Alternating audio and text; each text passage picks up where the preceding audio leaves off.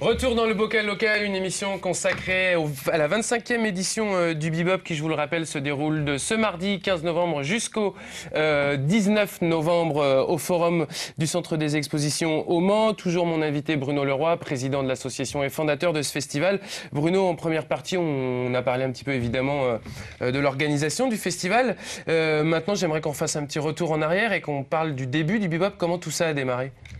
Tout ça a commencé autour d'une table entre copains en disant voilà, il y avait pas mal de groupes sur le Mans qui c'est 1987, c'est ça 88, ouais, 87-88, oui. Ouais. Et c'est assez, ouais, la première année, la première affiche, c'est 88. C'est né en 87. Et c'est vrai que c'était, voilà, quand on avait constaté qu'il y avait quand même de plus en plus de groupes qui jouaient et qui avaient ramené pas mal de monde, en fin de compte, sur la ville. Donc on s'est dit, tiens, si on faisait un festival... alors ça a commencé au Royal, oui. La salle du Royal, qui venait juste d'être... pas très loin de l'Oasis, finalement. Voilà, et qui venait juste d'être restaurée par la ville, en fin de compte. Donc voilà, on a fait une programmation. On s'est voulu vraiment un festival européen, par contre. C'est vrai que alors c'était vraiment... c'était à base de musique alternative et rock européen. C'est-à-dire la première année, on a eu Litfiba, un groupe italien. Picasso del Simio, c'était des Espagnols. Nuclear Device, c'était vraiment tous les... Les Nuclear Device déjà, voilà, avec Tian. Voilà, avec Tian qui expose qui cette était année. Un artiste. Voilà, et Patrick qui fait les affiches depuis 25 ans. Quand les affiches du festival sont faites depuis 25 ans par la même personne. Tiens, ma petite aparté, ils en sont où les Nuclear Device? Ils devaient faire un bouquin là. Alors le bouquin doit être... il faudra leur demander, c'est repoussé un petit peu, j'ai pas faute de temps. Je pense qu'ils ont pris trop de temps. On demandera à Tian ce qu'il expose. Ils ont pris trop de temps pour le festival. Pour la petite histoire, Patrick fait l'affiche. Pascal, son frère, développe développe tout ce qui est mécénat autour du festival. Et Tian fait l'expo. Donc c'est vrai que c'est vraiment, on est resté... Ça veut dire que depuis 25 ans, c'est la même équipe qui s'occupe du festival? C'est pas la même équipe, on s'est perdu de vue, mais c'est vrai que sur les mécènes, une chose assez drôle, on doit avoir 20-25 mécènes, mais parmi les 25 mécènes, il y a 4 musiciens qui jouaient il y a 25 ans, qui sont maintenant patrons d'entreprise et qui ont tout de suite monté dans le train. Quand on a voulu faire un club de mécènes, c'était les premiers à dire voilà, on y va, comment on s'investit, comment on fait. Et c'est eux qu'on en parlait à leurs copains et ça a grossi petit à petit, voilà, ça a grossi en même temps que le festival. Et enfin, quand voilà, c'est parti d'une petite histoire comme ça. C'était parti pour faire 3-4 ans, pas plus. Et puis voilà. Finalement... 25 ans après, on est encore là. Et comment vous expliquez cette longévité, vous, Bruno? Je pense qu'au début, c'est vrai qu'on se posait pas trop la question de ce qu'on faisait. Voilà, c'était l'occasion de faire la fête au Royal pendant 2 jours, puis 3 jours. Après, c'est vrai qu'on est venu dans d'autres salles avec le Palais des Congrès, avec le LMJC, avec voilà, on a été aussi sur le département assez vite. On a explosé le festival vite sur Sablé, La Flèche, Château-du-Loir et Mamers. Puis après, on a eu les 10 ans donc, qui sont faits au Lusac-Grantenaire, qui s'appelle maintenant l'Oasis. Et à partir des 10 ans, ou à partir du 10e anniversaire, où les choses ont un petit peu commencé à changer, il y a une personne qui était embauchée à temps plein sur Bebop. Après, il y a eu 2 personnes, puis 3. Puis après, toute l'intermittence s'est montée par rapport à tous les techniciens qui ont commencé. Est-ce que tous les techniciens qu'on a au jour d'aujourd'hui étaient là aussi au départ des 25 ans? Avant, c'était bénévole, petit à petit. C'est toute une équipe qui s'est professionnalisée. Et c'est ça qui est bien. Ça va du catering jusqu'aux techniciens. Tous les métiers, en fin de compte, du spectacle ont commencé plus ou moins en bénévolat sur le Bebop. Et maintenant, ils en vivent tous, les intermittents. Notre régisseur travaille dans tous les gros festivals de France. Il est parti avec Manu Chao. On a d'autres régisseurs qui travaillent sur Abdelmanik, qui sont partis avec Corneille, qui sont partis... En fin de compte, voilà, toute l'équipe s'est explosée toute l'année. Vous avez réussi à structurer une filière finalement. Voilà, toute la filière, en fin de compte, c'est un peu l'histoire qu'on montre aussi le samedi après-midi. Sur les 25 ans de musique actuelle. On peut faire le parallèle des 25 ans du bebop avec les 25 ans des musiques actuelles, parce que les choses se sont formatées à peu près pareil des 2 côtés. Après, voilà, moi, c'est sûr que j'ai toujours désiré rester bénévole et avoir mon propre métier, un peu comme Didier Wampas, chanteur de Wampas, pour avoir un certain recul sur la programmation et un recul artistique et pouvoir dire... Lui, il est passé à mi-temps à un moment. Ouais, mais il veut aussi garder... Voilà, il veut pas vivre de sa musique, c'est une manière à pouvoir dire en face les choses quand on a envie de les dire. Ne pas être fuyant ou en disant non, je fais ça, mais j'aime pas ça. Voilà, quand on n'aime pas, on fait pas. c'est pas ça qui va pas. Voilà, aujourd'hui, peut-être que les choses changent parce que c'est vrai qu'on a 3 salariés sur l'association. Mais c'est vrai que. Vous, en quelque sorte, vous êtes aussi devenu presque un gestionnaire. Un gestionnaire, oui, ouais. c'est sûr. Mais par contre, avec un certain recul, parce que j'en vis pas. Et je vais pas faire je vais pas faire du Michel Sardou tous les jours pour être augmenté de 3 000 € par mois. C'est pas le but, quoi, en fin de compte. C'est un peu le danger, quand on vit d'un festival, c'est un peu le danger du truc. Donc c'est pour ça qu'on n'a pas voulu rentrer là-dedans. Et voilà. Et puis au bout de 25 ans, voilà. Par contre, c'est vrai que c'est que des professionnels et petit à petit j'ai plus rien à faire que la programmation. Je pense qu'on va trouver un de ces jours un programmateur professionnel pour le faire et puis moi on viendrait que boire des coups. Voilà, je viendrai au moins en tant que spectateur. Et le but voilà, c'est que tout se professionnalise de manière que le festival puisse continuer à vivre. Une question de vieux briscard, Bruno, est-ce que c'était plus facile à l'époque d'organiser un festival qu'aujourd'hui? Ouais, on se posait certainement moins de questions. On avait moins de problèmes de sécurité. Le public était peut-être pas non plus pareil, on va dire. Les musiciens non plus d'ailleurs. Et c'est vrai que c'était peut-être plus. Voilà, on bossait, je me rappelle qu'on était anti-SACEM, on était anti-taxe, on était vraiment anti-tout, quoi. Punk de base. Ouais. Et les choses voilà, se sont formatées. Bon, les structures et les associations, maintenant, on arrive à en voir encore qui se créent, heureusement. Mais c'est vrai qu'il faut se battre peut-être plus qu'il y a 25 ans. Ouais. Alors vous avez parlé de rock alternatif, notamment dans les années 80 et fin des années 80, avec des beaux moments au bebop. Il y en aura évidemment encore, il y en a toujours, il y en aura encore, mais notamment un concert d'un groupe qui a disparu mais qui était assez mythique à l'époque, qui était les VRP. C'était un long week-end à l'eau, où tout est fermé.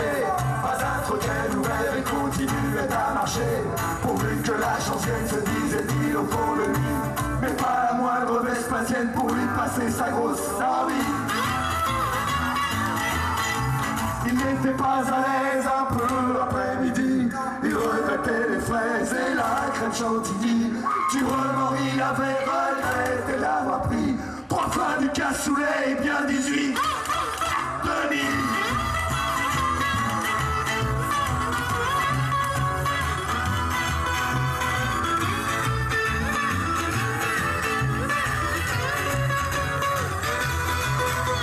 Sa destinée était cruelle, lui qui n'avait pas mot, sa démarche moins naturelle.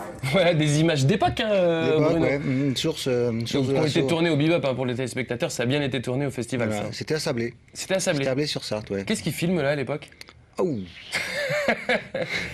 Déjà, vous les avez remis sur DVD par contre, c'est ouais, ça, on avait plein de cassettes en fin de compte, c'était des cassettes qu'on a remis sur DVD. Ouais. Les VRP, un groupe mythique de la années 80, fin des années 80. Ça correspond entre la punk attitude là pour le coup, on y était. Là. Entre les Ludwig, les Washington, les VRP, Mano Negra et Dirty District et les Nuclear Device, voilà, c'était l'équipe de base en fin de compte. C'est des groupes qu'on voyait à peu près tous les 6 mois au Mans et après il y a eu Noir Désir et après c'est vrai que tout ça, le problème non, ce qui s'est passé dans l'assaut, c'est qu'on a monté ça avec des groupes qui n'étaient pas non plus énormes et du jour en un an et demi, ils drainaient de 1000 à 1500 personnes, voire 2 à 3000 pour le Mano Negra.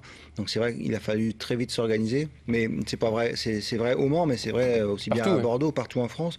On est un noyau en fin de compte, on a été obligé de grossir très vite parce que de toute façon, le jour où on a fait les Birreries Noires au Saint-Quentin, il y avait la fête de la police juste à côté et il avait fallu faire, on était vraiment dépassé par les événements, mais voilà, on a accueilli 2000 personnes sans WC, sans rien, c'était horrible, mais c'était un super concert. Autre super concert, c'était les Elmer Footbeat.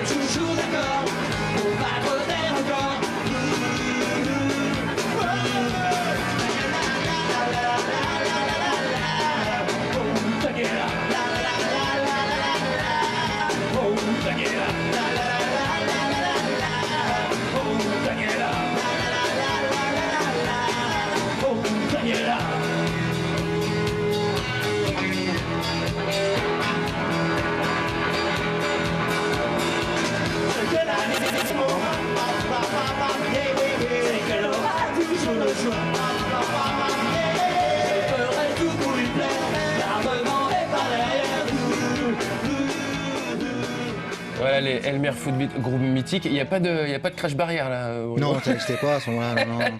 Là, c'était bien d'ailleurs. Il faut quand même souligner que le concert de mercredi à Alan, il n'y a pas de crash barrière non plus. Sur Alan, voilà, on est comme au départ, enfin, très proche de l'artiste et c'est nettement mieux comme ça. Au forum, ce serait plus possible, ce genre de choses? C'est juste par rapport à la sécurité. Parce que quand vous avez 2000 personnes qui poussent sur la première ligne, si on vient part comme au rugby, les premiers rangs seront complètement écrasés, quoi. Les crash barrières, ça permet d'avoir une sécurité quand même plus grande que la scène. Il y a eu d'autres moments forts au bebop, imaginons, en 25 ans, c'est une certitude, mais vous avez fait quand même des choses qui sortaient un petit peu de l'ordinaire. Je pense notamment à un concert que vous avez fait en prison avec Parabellum. C'était quoi en fait le but? C'était vraiment de sortir des sentiers battus, de créer autre chose? Oui, ça c'est vieux, ouais. C'est des premiers. Maintenant, ça se fait beaucoup, les concerts en prison. Monsieur Say en a fait un il n'y a pas très longtemps. Je pense qu'on va s'y remettre aussi, nous, plus avec l'Oasis, à refaire des. Oui, là ouais, c'est une vieille. Oui, en fin de compte, on a investi la prison pendant une semaine, c'est-à-dire que la vidéo a été faite par les prisonniers, en fin de compte. Donc, pendant une semaine, on a travaillé avec eux. Avec tout ce que ça comporte, l'explication, et on a fait le concert. C'est eux qui ont organisé le concert des Parabellum. Parabellum, c'est un flingue. Oui. Donc on a mis des affiches de Parabellum partout dans la prison, ce qui était assez original. Ils ont aussi un morceau qui s'appelle Mérine sur les prisons. Mort-aux-Vaches. Mort-aux-Vaches. Ils ont fait tout leur show normal, comme s'ils étaient ailleurs. Comme s'ils étaient ailleurs, ouais. À part que les prisonniers étaient forcément assis, donc ce qui créait une ambiance au départ assez bizarre. Et comment ils réagissaient les collectivités à l'époque quand vous dites voilà, on va faire venir Parabellum? Enfin, je veux dire, c'est pas Michel Fugain, avec tout le respect que j'ai pour Michel Fugain, mais Parabellum, ils ont des textes forts en prison. Non seulement ça, et en plus il devait y avoir un réfugié politique qui avait probablement on a réussi à le faire rentrer en prison, mais normalement c'était interdit. Donc il a failli passer tous les seuils administratifs, ce qui était assez cocasse. Et non, en fin de compte, ça s'est très bien fait. Dès l'instant qu'on a eu l'accord et qu'on a travaillé en direct avec les animateurs de la prison, tout s'est super bien fait. On a même eu la possibilité après de discuter avec les détenus dans la cour et tout. Alors le petit gag, c'est que c'était dans l'ancienne prison. Et donc il faut savoir que l'ancienne prison, on jouait dans l'église. Et l'église a un mur mitoyen. C'est une prison qui est en fait rue Gambetta, qui était rue Gambetta. Voilà, et le palais de justice, c'est juste derrière. Il y avait juste un mur mitoyen entre la chapelle, normalement la chapelle fait pas trop de bruit, avec le palais de justice. Et on n'avait pas calculé le coup. Le concert a commencé pendant un jugement qui a été obligé d'être arrêté pour faute de concert. Donc ils n'ont pas arrêté le concert, ils ont arrêté le jugement. D'accord. J'imagine que ça, c'est des aventures extraordinaires, humainement parlant. Ça marque. De toute façon, de rester une semaine dans une prison, quelque part, on n'en ressort pas tout à fait. Vous dormiez pas là-bas? Non, mais oui, mais tous les jours quand même, c'est assez lourd. Mais même les musiciens, on les a croisés il y a pas longtemps. Ils sont venus il y a pas très longtemps. On en a parlé et ils s'en souviennent. Ils se souviennent encore de leur passage en prison. Et bien justement, nous, on a récupéré leur passage en prison. Je vous propose tout de suite de regarder les images.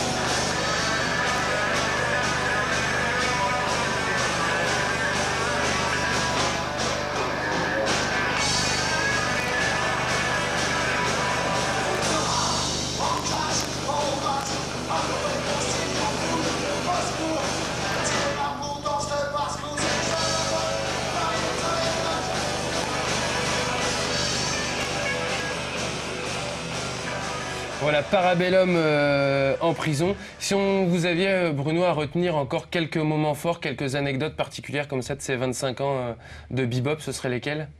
Il y a le concert de Château du Loir avec les ramoneurs des Menhirs qui sont transformés en beurreriers noirs. C'est assez sympa. En fin de compte, j'avais Laurent m'avait demandé, le chanteur Des Berus. Qui était Oui, des Rameurs de Menhir, m'a demandé d'aller chercher quelqu'un à la gare, je savais pas du tout qui c'était. Et quand j'ai vu, je me suis dit, oh là, ce soir, ça va être quelque chose. Et en fin de compte, ouais, pour les 20 ans, c'était un beau cadeau. C'est vrai que là, ça fait vraiment, ça faisait et d'une plaisir, et en plus, c'était vraiment la grosse surprise pour nous et pour le public, du coup. Surtout qu'on a vu, en fin de compte, pendant les balances, on a eu quelques coups de fil qui sont passés, et voilà, il y a eu pas mal de public qui sont venus, savaient ce qui allait se passer en deuxième partie. Donc voilà, il y a ça, il y a aussi le passage, les 10 ans du festival au hall cinquantenaire. On parlait des Ramoneurs de Menhir qui venaient pour les 20 ans et le chanteur des Ramoneurs de Menhir était également le chanteur des ex-Berruriers Noirs, et donc tout à fait. Il y a eu une transformation, ils ont changé de cap, et voilà. C'était en fin de compte un retour en arrière. Et en fin de compte, ça fait un concert de Berru pendant plus d'une heure, quoi. Donc c'est vrai que c'était pas attendu. Avec Porcherie et voilà, Salut à toi et tout ça à Château du Loir, ce qui était très bien. Ouais. Et voilà, il y a ça, il y a aussi les 10 ans du festival, ce qu'on appelait avant le hall du cinquantenaire, qui est devenu l'Oasis, qu'on avait entièrement équipé avec un cigarettier. Donc c'est tout rouge. Ah oui, d'accord. Voilà, voilà. Il y a ça aussi, c'est vrai. Ce qu'on avait là, c'était vraiment nous, une super bonne expérience, parce qu'on a eu des artistes qu'on adorait. Parce qu'en fait, là, vous étiez presque subventionné, en fait, c'est un peu ça. C'est eux qui nous ont, en fin de compte, c'est eux qui nous ont permis de mettre le doigt où ça faisait mal, en disant, voilà, le hall du cinquantenaire, si on se donne les moyens, peut devenir une salle de concert. Et d'ailleurs, les travaux ont été programmés genre 6 mois après cet anniversaire. Et c'est vrai que c'était, il y avait Suède, Boradlez, Asian Dub Foundation, Louise Attaque. Donc c'est vrai que c'était une année, c'était des 10 ans qui avaient bien marqué.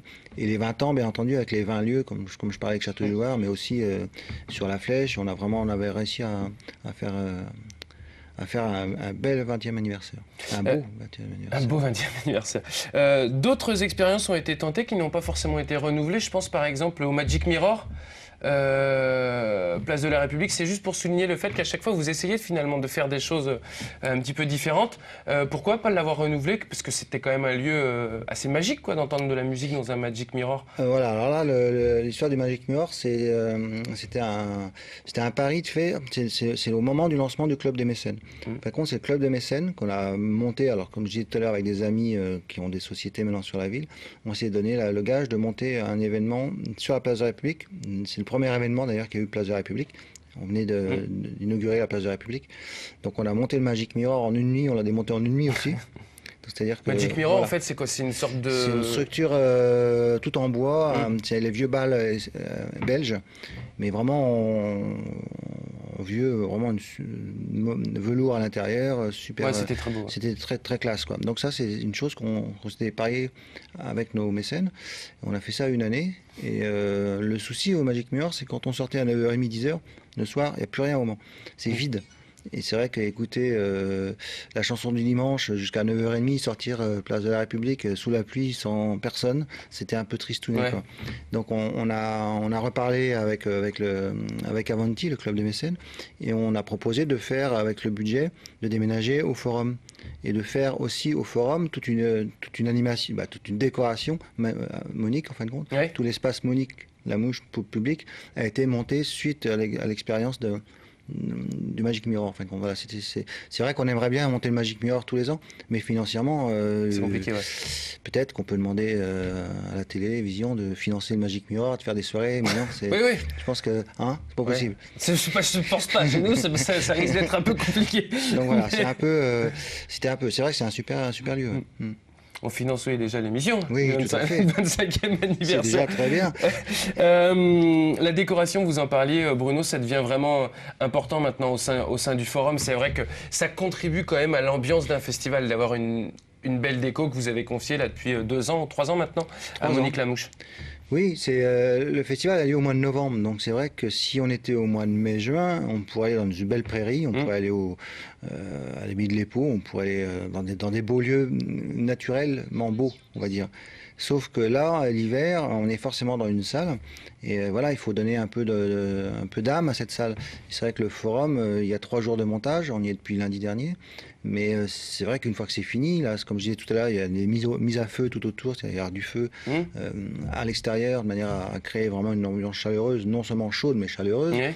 Et en plus, à l'intérieur, c'est vrai que tout l'espace Monique, avec les projections, avec le bar qui fait plus de 8,50 m de haut et plus de 20 mètres plus non, j'ai dit bêtise, plus de 12 mètres, 14 mètres de circonférence, c'est vrai que ça crée un événement et ça crée autre chose que le spectacle, que l'artiste qu'on va voir. Vous allez voir Zazie et Mademoiselle K, mais à côté de ça, vous avez toute l'atmosphère.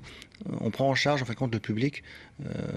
On n'est pas simplement un spectateur, pas un simple consommateur de voilà, musique. Je cherchais ça. Voilà, on veut pas donner que de la consommation. Et c'est vrai qu'on veut donner une autre atmosphère.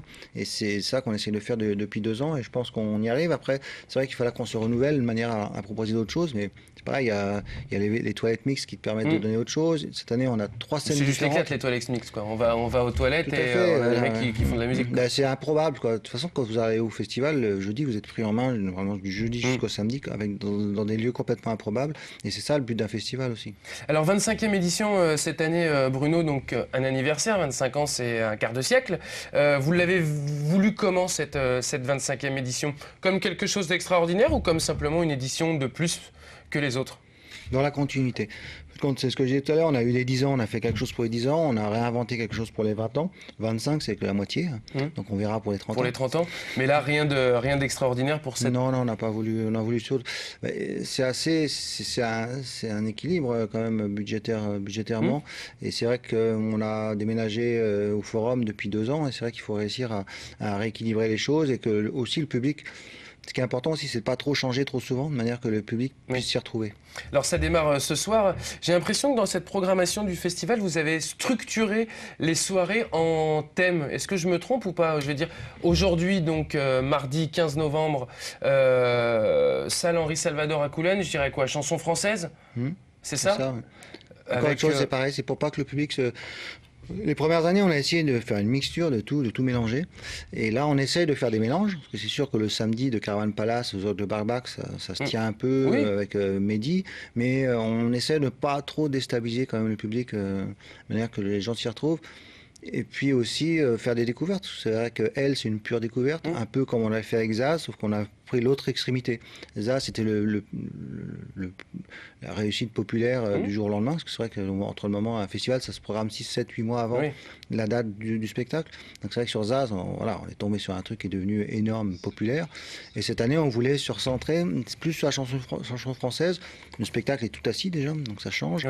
Et essayer d'aller aussi dans l'autre extrême pour la chanson française de base et culturellement, ce qu'on appelle la chanson française. Alors, on compare souvent Elle à Barbara, peut-être qu'elle en a marre. Écoutez Bruno, on a des images. On va commencer par Ronan, qui est la première partie de Elle, qui est donc un groupe local, ancien banjo des Fils de Topu quand même. Voilà, les Fils de Topu qui sont passés aussi 2 fois au festival. Donc c'est vrai que c'est pareil, c'est une histoire de famille quand même. On voulait faire Ronan, et en plus il s'entend très bien avec Elle, donc ça tombait pile poil. Et ben voilà, Ronan suivi de Elle.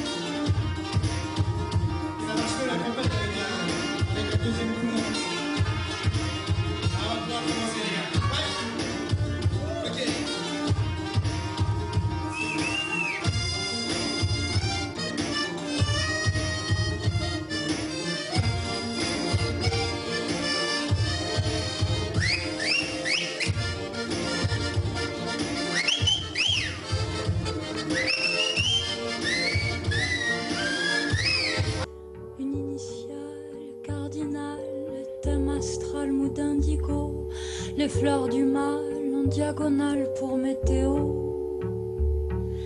Trémolo, guitare héros, le temps d'une valse vertigo. Comme un sanglot sous les étoiles, un madrigal à l'heure du carnaval. Une initiale et l'irréel m'emmène au bal. Une initiale et l'irréel Voilà, ça c'était Elle. On va continuer, Bruno. Donc Elle et Ronan, c'est donc mardi, donc ce soir pour les gens qui nous regardent en direct, ce mardi à la Saint-Laury-Salvador à Coulennes. On va continuer, Bruno, de découvrir la programmation de cette 25e édition. Ce sera juste après la pub.